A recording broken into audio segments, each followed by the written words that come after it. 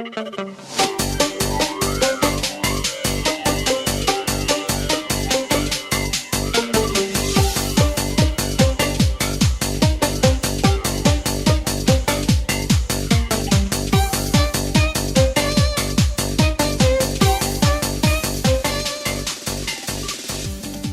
гражданин Республики Кыргызстан. Менің отаным Қазақстан. Республика күнімен құттықтаймыз.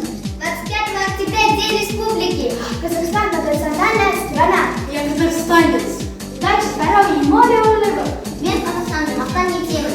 Я горжусь своей страной. Қазақстан халқына мың алғыс.